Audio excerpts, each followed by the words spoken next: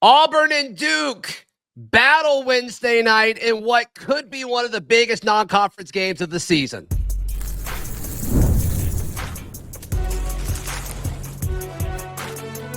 You are Locked On College Crossover, part of the Locked On Podcast Network. Your team every day. Yes, this is a crossover edition of Locked On Auburn, Locked On Blue Devils. I'm Zach Blackerby, the host of Locked On Auburn. That is JJ Jackson, the host of Locked On Blue Devils. And we are breaking down one of the biggest non-conference games of the season. Wednesday night in Cameron, JJ. The matchup seems to be absolutely electric heading into it. I can't wait for this one. It's the marquee matchup in the ACC SEC Challenge, in my opinion. I'm so excited to see these two teams go and play head-to-head. The fact that Auburn is getting a chance to come and experience Cameron Indoor. The fact that Duke's going to be tested against the hottest team in the nation so far to open up the season. I don't know that you could ask for more when it comes to a December basketball game in the college world. Yeah, JJ, the way you worded that, and it's the same way Auburn fans are wording it too. We get to go to Duke. We get to play Duke. We get to go to Cameron Indoor. I've been saying the same thing. And whenever, Auburn's had several big non-conference opponents, Maui, which they won, by the way, as well as, they're playing Purdue and Birmingham. But this is the one that headlined all of it, is they get to go to Duke as part of the SEC ACC Challenge. I wonder if that mindset of we get to play this opponent, I do wonder if that's going to have an impact at all in this one. Yeah, very elitist of me to word it that way. And no, Auburn people are saying the same thing, though. I didn't take it as elitist. Well, that's, good. That's great. Because it's always been that way. When you think about the ACC Big Ten Challenge, that would be the bottom tier Big Ten schools. We're never going to come and play a game inside Cameron Indoor because they want a big game to be played. And so when you've got this, you think Duke, Kentucky, you think Duke, Arkansas, like we saw last year. Duke had already played Kentucky on their schedule this year. So Auburn was the one that fit in the schedule. And yeah, I think that's a big one in this. How much of a factor is it going to be that these Auburn players, many of them have seen Duke on their television screens. Auburn fans have always seen Duke on their television screens. And now you're playing in the game, or now you're watching your favorite team playing college basketball's finest venue. It's going to be a fun thing to watch for sure. Yeah, it is. And when this was announced, there was all this kind of pomp and circumstance around it. But funny enough, Auburn's the higher ranked team in pretty much every metric. I don't know how many people would have necessarily predicted that. I think Auburn folks were hoping for that. But Auburn number 1 in KenPom, Duke number 4 in KenPom, Auburn's number 2 in the AP poll. I should have checked where Duke was. 9. Yeah, which seems a little low. I'm not going to lie to you. But, it is a little funny that this is kind of how we're talking about this. Auburn gets to go to Duke, but Auburn is the higher ranked team here. No doubt. Yeah, it's wild. I didn't think that we'd be in this position. I thought for sure that Duke would be the higher ranked team in so many regards. Looking at KenPom specifically, it's the nation's best offense in Auburn versus the nation's best defense. And Duke, this is a big time heavyweight fight early in the season, which makes it so exciting. I can't wait to see how this one plays out. And certainly headlined by some stars with what Auburn's got cooking with Johni Broome. And then for the Duke side of things, Cooper Flagg is a name that you're going to hear for many, many years to come, but throughout the entire course of this year by playing for Duke. Yeah, you'll hear about Cooper Flagg a ton, but not a ton at Duke. Unfortunately for you guys, he's not going to be there very long. But yeah, this Auburn offense, they've got a lot of guys, but I think a lot of these guys work because of the level that Johni Broome is playing at. If you're Duke in this situation, how do you attack Johni Broome? How do you limit Johni Broome on the offensive side of the floor? I think everybody's been asking that question now for 8 games, and throughout last year, because this is an All-American from a season ago. Now he's a preseason All-American going into this season. He's able to score in so many different ways. He's so efficient too. He doesn't take these bad shots. Early on in the season, his first shot from the outside, Zach, is a step back 3-pointer.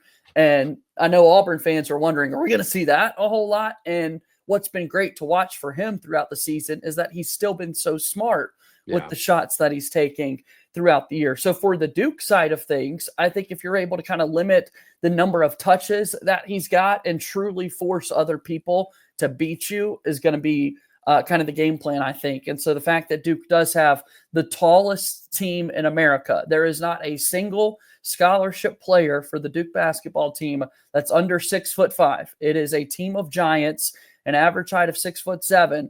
That's going to be kind of the key to success, I think, for Duke, is trying to physically overwhelm Auburn with their size.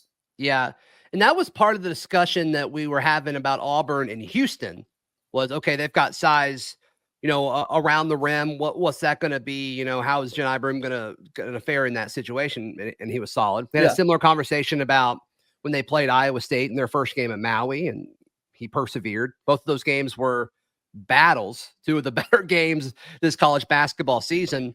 I think this is going to be another one of those. I think it's going to come down to the end. I think there's going to be several lead changes. I think this is going to be, a game that's up in the air for the taking until, the final few minutes of it. I think it's going to be a very similar game to Auburn, Houston, and Auburn, Iowa State. And both of these teams have played in these big-time games so far this season. Yeah. Going down to the stretch is certainly what I would think. I think Duke has had their two losses have been heartbreakers, close ones at the very end against Kentucky and against Kansas. Two good teams. Yep, two good teams. Duke's got another good win, a true road game that they went out to Arizona and was able to knock off Arizona a few weeks ago. So that was a big win for them. But execution late in the games is so important. We've seen Auburn win a couple of games already like that this season, in those tough, tight games. They've made furious comebacks. The Iowa State game comes to mind. So, Zach, we've always said basketball is a game of runs, and I certainly think we're going to see a lot of scoring runs for both teams going into tomorrow night's game. I would just think when you look at what Duke's able to do defensively, maybe those scoring runs are not as large as you've seen previously, because I do think sometimes scoring is going to be a little bit hard to come by. Yeah, and I think it's going to have to come from the perimeter for Auburn if they're able to kind of stymie Johni Broome, or at least slow him down to where, he's not pushing for like a 20-20 game, which he's been close to several times this year. And I think Auburn has depth when you look at the wings and their point guards, and Tahad Pettiford's had his game. Miles Kelly has had his game. I keep calling for Denver Jones to have his game, and that hasn't really happened yet. Could have happened Wednesday night. Maybe it wouldn't shock me, but they're going to need somebody to step up outside. They're going to need somebody to have a game like that. Chad Baker-Mazara has been solid, but he hasn't really lit it up from three. They're going to need somebody to light it up from deep and really go on. You said it's a game of runs, to make two threes in a row, midway through the second half and get hot. And the good thing for Auburn is they have a bunch of different dudes capable of that. The bad news is there has been a little bit of inconsistencies when it comes to outside shooting. But I think they're going to need that on Wednesday. No doubt. They're absolutely going to need something like that to be successful. They're going to need to make shots from the outside. The Cameron Crazies are going to be fired up and excited for this one. This is truly the first big game of the season inside Cameron Indoor. All of Duke's other big games have either been on the road or at neutral sites. This is right before the students go away for winter break, so kind of a last opportunity to make an impact like that. And Auburn's going to be used to kind of those smaller venues in the sport, like Neville Arena, kind of copying that Cameron Indoor blueprint. That's let's not keep adding seats. Let's make it as intense as possible in these close quarters and close conditions. So, but I do think that three-point shot could be a difference in this one for Auburn. How does Auburn slow down Cooper Flagg? We discuss that in just a moment, right here on Locked On Auburn. Today's show brought to you by our friends at Game Time. Game Time is the best place when it comes to buying tickets. JJ, let me ask you a question. May I ask you a question? Please do, yes. Can you imagine buying tickets anywhere other than Game Time? Not at all, no. List all the other places you would buy tickets, just real quick. Yeah, it's going to be silence for folks watching or listening to us, because I think there's nowhere else. What's your favorite feature on the Game Time app? There's so many. I'm asking you to just pick one. Yeah, so I'm actually going to get to go see LeBron play this weekend in Atlanta, Lakers Hawks. And my favorite part about getting the tickets on Game Time was getting to see where I was going to be sitting before I get. This is the last chance for me, Zach, before he retires, to see LeBron. And so the fact that Game Time let me kind of get a preview of the angle I'm going to get to see him from, love it. Yeah. Yeah. Head over to Game Time today. It's the free app. And when you make your account, use promo code LOCKEDONCollege, all one word, LOCKEDONCollege, for $20 off that first purchase, all on the Game Time app. JJ, what time is it? It's game time. Yes. Thank you so much for making Locked On Auburn or Locked On Blue Devils your first listen every single day. For your second listen, go check out our buddy Isaac Shea and Andy Patton over at Locked On College Basketball. I'm sure they're talking about this game. Cooper Flagg, I mean, he's been fantastic. He's been nothing short of fantastic. He's lived up to the hype. If you're Duke in this, what are you concerned about? Like, what could Auburn do to slow him down in your mind? I saw this in the Kansas game this past week. What they did throughout the entire first half was send double teams immediately as soon as Cooper Flagg touched the ball at the top of the key. And early on, Duke kind of struggled, and Cooper Flagg got a little bit overwhelmed with how to handle that. Okay. So I would think with Auburn's, Bruce Pearl's defense is going to get after you. If they were able to kind of throw aggressive double teams at Cooper Flagg, that could be a little bit overwhelming. But what Duke did in the second half to really come back in that Kansas game and make it so competitive down the stretch was take Cooper Flagg out of the ball handling spot and let his 6'9" frame be the screener, be the roller to the rim, and let the guards of Tyrese Proctor and Con Knipple kind of be the ones setting it up for this Duke team. Yeah, I could see that. I could definitely see that. And Duke has other guys outside of Cooper Flagg, which is what makes this Duke team so dynamic. Who's the non-Cooper Flagg player on this team that Auburn fans need to pay most attention to, you think? Definitely two of the names I just said. Tyrese Proctor for Duke is back for his third season. It's a rarity these days to see a player, particularly at Duke, staying for so many years. And I'm not even talking transfer portal. I'm talking about going to the NBA after just 1 or 2 years. But he's back for another season. And Tyrese Proctor shooting just under 50% from three-point range. So he's been an absolute weapon there from the outside. Yeah. And then the other big one is Con Knipple, who is a projected lottery pick going into next year's draft. He has really struggled in the bigger games so far this season, but there's no denying his outside shot-making ability. He had 8 assists in the game against Kansas. He's going to be wearing number 7 on the back of his jersey there inside Cameron Indoor. And Duke fans are crazy for the Knipple triples. So I'm hopeful that how could you not get a be? lot of those. Yeah. I mean, that's so brandable. It's insane. That's great. Good for him. Good for him. I'll give you one more. On the inside, Common just listed the whole roster at this point. Yeah, that's fine. There's 3. Here's a 4th. I'll give you a 4th starter. Common Malawach, 7'2". He played for South Sudan in the Olympics. Went up against Team USA. Made a couple of jump shots against Joel Embiid in Olympic competition. A big-time shot blocker, and I definitely think you'll see him make an impact on the interior. You want to list 3 or 4 bench players too, or you think? Well, that's the thing about Duke, Zach, is that early on in the season it is a team full of 5 stars, but the rotation has only been 7 or 8 deep, and this goes all the way back to the days of Coach K and John Shire spending many years playing for Coach K and as his associate head coach. Hasn't changed that philosophy much at all, that they don't go deep onto the bench. So I've pretty much named everybody that's set to make this going to play. Yeah.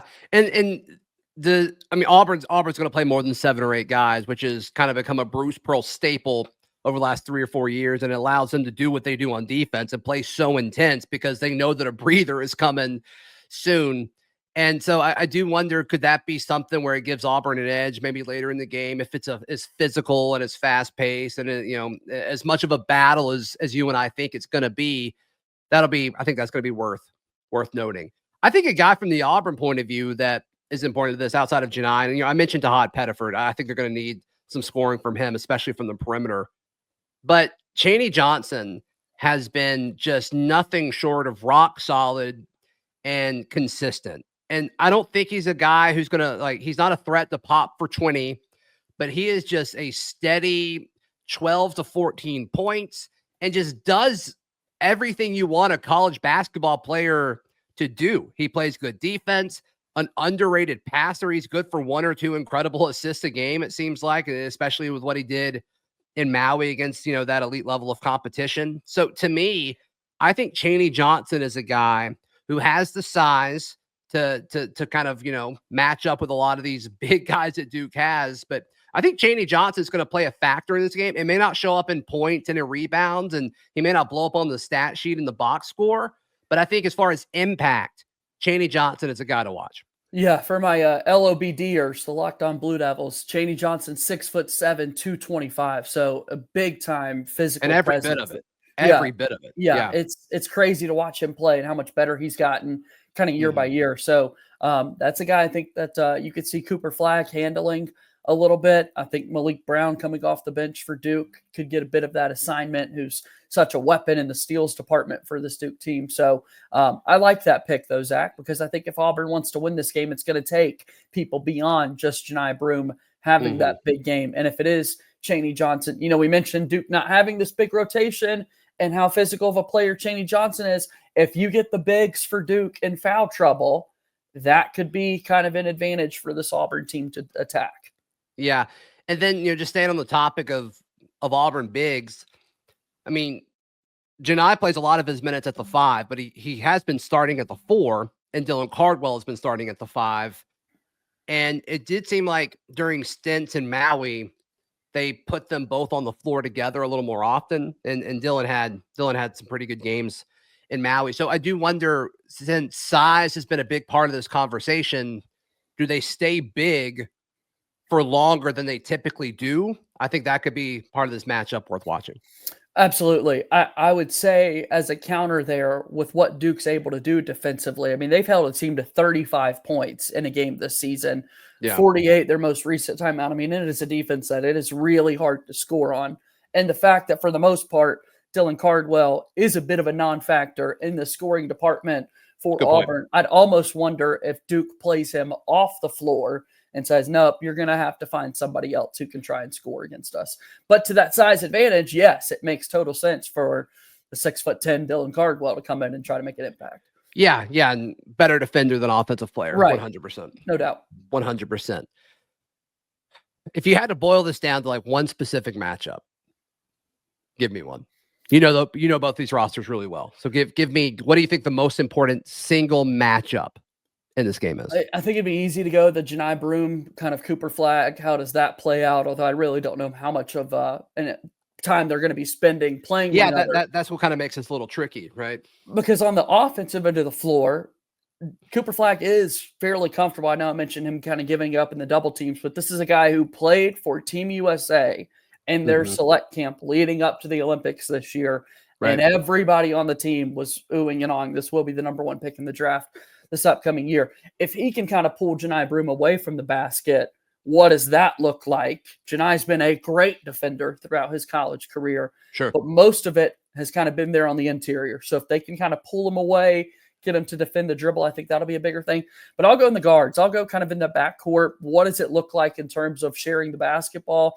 This Duke team ranks in the 320s in assist rate that they're giving up. So an Auburn team should look to exploit that. The defense has been so great, but Duke, for whatever reason, their defense is giving up a lot of kind of easy open passes. And if the shots are able to be knocked down, it's kind of an anomaly there statistically that I've kind of been baffled by, is why teams are having so much success in that assist department. So kind of Tahad Pettiford, Denver Jones settling things down for Auburn, setting up their teammates. And then conversely, on the other end, can Duke finally get a big game out of Caleb Foster this season, or Tyrese Proctor setting their teammates up? Yeah. Yep. That's a great point. So which conference is better at basketball, the SEC or the ACC? And do we actually learn the answer to that this weekend? Let's take a stab at that next, right here on this crossover edition of Locked On Auburn and Locked On Blue Devils. Today's show brought to you by our friends at FanDuel, America's #1 sportsbook. JJ, let me ask you a question. May I ask you another question? Please do. Yes, I love Can you imagine wagering anywhere other than our friends at FanDuel? It's America's #1 sportsbook. I mean, I've talked about it before. I'm pretty elitist in many things, so I've got to go for the #1. That's right. Yeah. And FanDuel has you covered there. Right now, you can bet $5. You get $150 in bonus bets. Are you kidding me? Pretty good. Are you kidding me? I think that's insane. I think it's electric. I absolutely love it. Absolutely love it. As we record this, line is still not up for Auburn and Duke, or I would have brought that up. But FanDuel is America's #1 sportsbook. Once again, hit on that first $5 bet, you get $150 in bonus bets. Incredible. FanDuel.com, America's #1 sportsbook. Thank you so much to all the everydayers for Locked On Auburn and Locked On Blue Devils.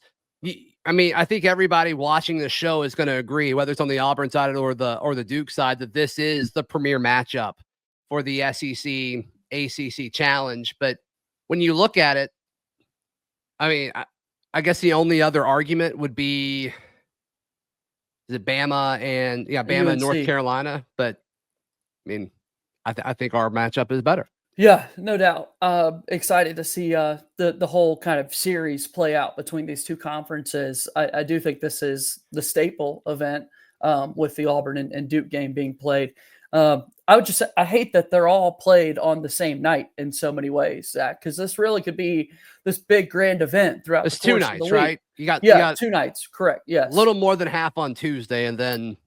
When I hate that they're all the same time, which is what you're saying. I understand what you're saying now. But yeah, it's kind of wild to me. But the fact for some ACC geography, the fact that you've got Duke, UNC, and NC State all within 25 minutes of one another, all playing their games on the same night, why not kind of spread that out just a little bit so that folks can truly get a chance to? I'm truly thankful for you saying geography on this show. Not often do we mention that word in one of these shows. Gosh, but I mean, this is truly incredible. I could do a thing or two. I mean, who do you think you think the SEC wins it, or you think the ACC wins it? The ACC's been down this year, which is tough. I mean, historically, you look at these conferences, and the ACC would say point to our trophy cases with what Duke and North Carolina have done, and you've got NC State going to a Final Four last season, Miami going to a Final Four. Running into an Auburn team just a few seasons ago with Jabari Smith and Walker Kessler. But right now it's just kind of been Duke, North Carolina, and Pitt are the only 3 teams kind of ranked in the top 25. And the ACC is just littered from top to bottom with so many good schools there. So early advantage SEC, I think that'll be the advantage throughout the course of the year. Although I will say over the last 4 or 5 NCAA tournaments, it's been the ACC who's standing the tallest amongst these big conferences with the number of teams that they've still got standing when you get to the Elite 8 and Final Four and that sort of thing. Yeah, you've got a few that are interesting, like Arkansas at Miami, Syracuse at Tennessee, Wake Forest at Texas A&M, Ole Miss at Louisville. Yep. And then tomorrow night, I like Texas, NC State. I mean, NC State, again, went to a Final Four last season, knocked off Duke, unfortunately, in the Elite 8. That one still stings. But Texas, first season in the SEC, what they're going to be able to do for that conference, a fun venue for SEC teams to go and get to play. And I think they're a good team so far this year. Cal at Missouri on this list threw me for a second. Like, that's a matchup? Yeah. It's like typo. Oh, wait, no, Cal's an ACC that's real. team. That's real. Right. Yeah. That's right. Who wins between Auburn and Duke? I do think it's time for Duke to kind of get their big win on the season. It's been really difficult for non-conference teams to come in and win these games on the road. I think Auburn's going to give Duke every single thing possible. But Duke having a couple of costly turnovers late against Kentucky and Kansas, 3rd time's the charm. This is when a player like Cooper Flagg and Con Knippel figure it out down the stretch. And I think both of these teams are going to give us a really good game. They haven't played inside Cameron Indoor since Charles Barkley was a freshman. It's been that long since Auburn basketball has played there. So I'm just excited we get this game to watch out. But, Zach, I think Duke ultimately gets it done. Yeah, I agree. I think it's going to be close. I am going to pick Auburn. They just haven't shown me anything to pick against them right now with the way that they've played. I think they're the best team in college basketball. Yeah. I think they should be number 1 in all polls like they are in KenPom. So I totally get what you're saying. And if Duke wins, I will not be surprised. But I can't pick against Auburn the way they're playing basketball right now. And I also think like this is a team, this is going to be one of the few times this year where I don't think the pressure is on Auburn.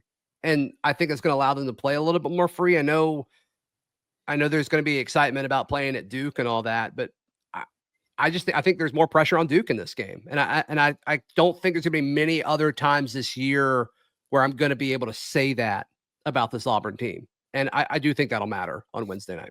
Without a doubt. I mean, Duke, you don't want to have your 3rd loss when you look at the calendar and it's December 4th. Granted, and you get labeled as like, oh, well, you can't win the big ones. Right. You can beat everybody else, but you can't win the big ones. And I think that matters. Right. And in so many areas, though, then you get to March and, what do these games even matter other than seeding and how Right. that comes into play? And so, Yeah, this is a big quad one opportunity for both of these teams, and particularly for Auburn. If you could point back and say, hey, we went into Cameron Indoor and beat Duke for the first time ever, only fourth meeting ever between these two teams, that'll matter a whole lot. But I could see Auburn winning this game. I really, really could. This is going to be a war. Yeah. It's But a battle, for ultimately, sure. I do think Duke comes out on top. Yep. I don't think it's a bad pick at all. Yeah, if Auburn wins this game, I think, you're talking about probably the best non-conference performance in program history. Yeah. Like with what they've done against Houston and Iowa State and win in Maui, and then they go to Duke and win. That'd be insane. And haven't even played their first SEC game. Like that is crazy. Yeah, and they still got Purdue on Right. their schedule too. It'd just be insane. It'd be absolutely insane. So, hey, for all the Auburn folks watching, JJ, if they want more, more on this game from the other side, how can they find you? Yeah, find us on wherever you get your podcasts. Also on YouTube. Would love your support. Subscribing to our channel, Locked On Blue Devils. And then I'm on X at _JJ_Jackson_. A lot of underscores, but you can find me there. So a lot of underscores. A lot of J's. Yes. A bit familiar around the Auburn parts. So give me a follow for sure. Yeah. Give JJ some love. Yeah, for all the Duke folks, if you want the Auburn side of it, we'll go live right after the game, and I'm sure we'll do several shows about it, win or lose. So you can check it out, Locked On Auburn, wherever you get your podcasts and on YouTube. Please like this video on either of our channels. Please subscribe to both of our channels, and we will see you next time. This has been a crossover edition of Locked On Blue Devils and Locked On Auburn, part of the Locked On Podcast Network.